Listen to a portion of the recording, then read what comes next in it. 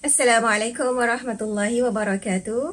Bersama Mu'allimah Alawiyah, kita teruskan pembelajaran Pendidikan Islam tahun 6 dengan tajuk Allah bersifat kalam. Baiklah, kita lihat dahulu apakah arti sifat kalam Allah. Apa dia sifat kalam Allah tu? Okey. Sifat kalam Allah berarti Allah Maha berkata-kata. Allah Maha berkata-kata tanpa memerlukan alat, bantuan dan perantaraan. Okey, bila sebut berkata-kata ni, biasa kita bayangkan manusia. Ya, manusia dia akan berkata-kata menggunakan alat. Ya. Alat tu maksudnya mulut, ya, contohnya. Ataupun bila manusia tu dia nak cakap supaya orang lain boleh dengar dengan lebih jelas, dia akan menggunakan mikrofon. Okey. Kadang-kadang dia memerlukan bantuan, ya, dan juga perantaraan. Ya, tetapi Allah tidak begitu. Kita lihat seterusnya. Kita wajib beriman bahawa Allah bersifat kalam. Ya, kita wajib percaya bahawa Allah bersifat kalam. Wajib percaya Allah mampu berkata-kata, tetapi sama sekali tidak sama dengan manusia. Cara Allah berkata-kata tidak serupa sama sekali dengan makhluk. Ya, jadi kita tidak boleh menyamakan bagaimana Allah berkata-kata dengan kita sebagai manusia. Ya, sama sekali tidak sama dan tidak serupa. Baiklah, sebagai info awal, maklumat awal sebelum kita meneruskan pembelajaran kita pada hari ini, kita lihat Al-Quran ialah kalam Allah yang diturunkan sebagai mukjizat kepada Nabi Muhammad sallallahu alaihi wasallam, dan membacanya merupakan satu ibadah. Al-Quran ialah kalam Allah, diturunkan sebagai mukjizat kepada Nabi Muhammad sallallahu alaihi wasallam, dan membacanya merupakan satu ibadah. Bila kita katakan ibadah, maksudnya seseorang yang membacanya tadi akan mendapat pahala dan ganjaran di sisi Allah. Baiklah, kita teruskan melihat pula dalil yang menunjukkan Allah itu bersifat kalam. Kita lihat terlebih dahulu dalil naqli. Bila mana kita menyebut dalil naqli, seharusnya dalil atau bukti tersebut kita dapati daripada sumber Al-Quran. Dalil naqli sebagaimana firman Allah Ta'ala, A'udzu billahi minasyaitonir rajim. Wa kallama Allah Musa taklima. Daripada surah An-Nisa, surah yang keempat, ayat 164. Maksudnya, dan Allah telah berkata-kata kepada Nabi Musa dengan kata-kata, iaitu secara langsung, tidak ada perantaraan.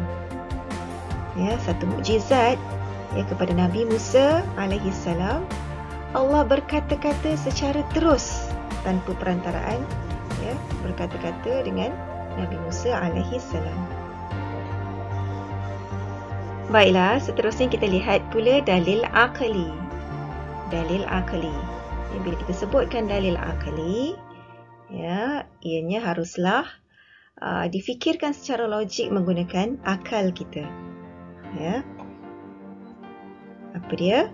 Jika Allah tidak boleh berkata-kata, maka berlakulah kekurangan baginya. Sedangkan mustahil bagi Allah bersifat kekurangan. Sesungguhnya bagi Allah segala sifat kesempurnaan dan kemuliaan. Maksudnya jika Allah tu dia tak boleh berkata-kata, tak boleh bercakap, maka dekat situ kita nampak, oh inilah kekurangan Allah. Kan? Tetapi mustahil.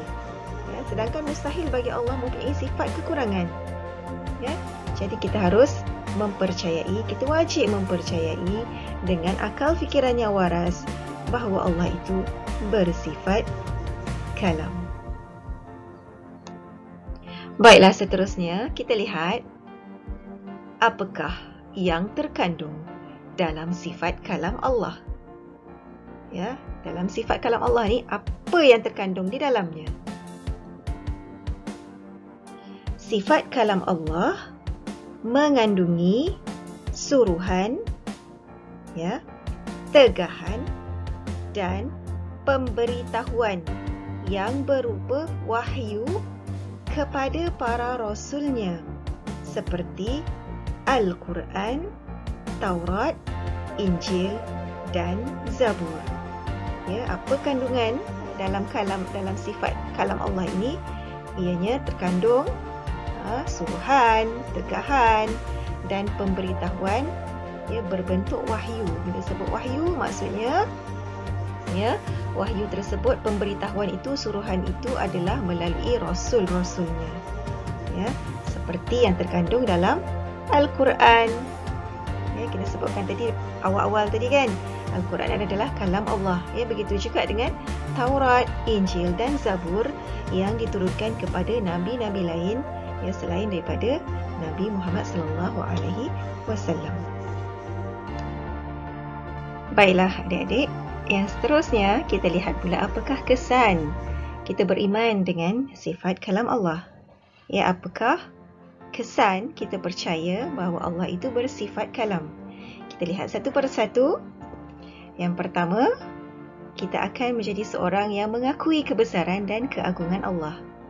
Yang kedua, ya, kita akan menjadikan Al-Quran pegangan dalam kehidupan kita seharian. Sebab tadi kita yakin bahawa Al-Quran itu adalah kalam Allah.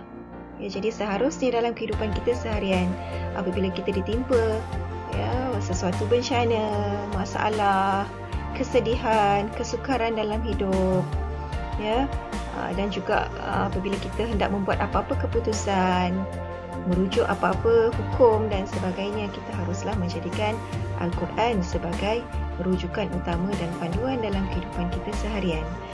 Yang seterusnya, kita akan menjadi seorang yang beramal dengan segala perintah Allah dan meninggalkan segala larangannya. Ya, kita akan menjadi seorang yang taat, ya, apabila kita benar-benar meyakini bahawa Allah itu bersifat kalam. Dan yang terakhir, ya, apabila kita beriman dengan sifat kalam Allah, kita percaya bahawa Allah itu mempunyai sifat kalam, kita akan dikasihi dan dirahmati Allah. Adik-adik, kita telah tiba di penghujung, ya, pembelajaran kita pada hari ini. Jadi sebagai rumusannya,